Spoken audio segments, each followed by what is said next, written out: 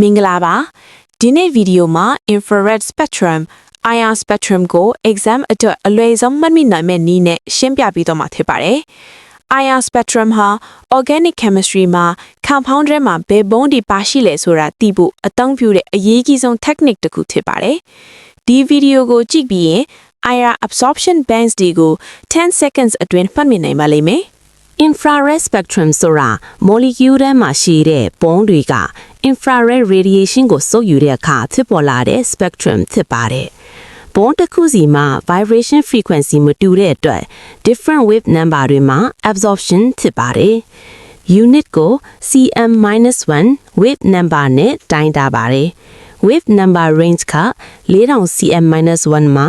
near cm-1 အထိဖြစ်ပါတယ်။ IR spectrum ကိုမှတ်ဖို့အလွယ်ဆုံးနည်းက zone 3ပိုင်းခွဲပြီးမှတ်တာဖြစ်ပါတယ်။ zone 1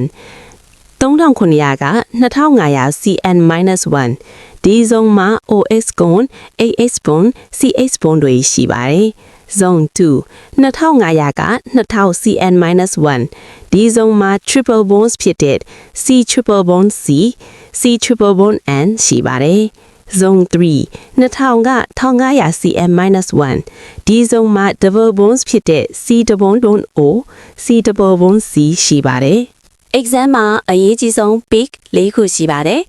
peak number 1 OH bond 3600 cm inverse peak number 2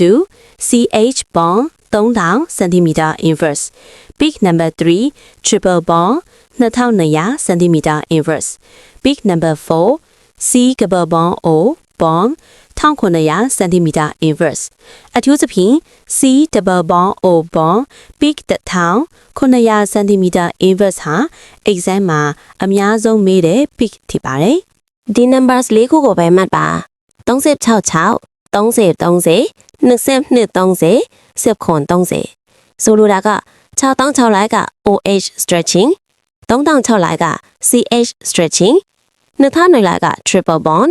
2030က C double bond O ဒါကို memory letter လို့ခေါ်နိုင်ပါတယ်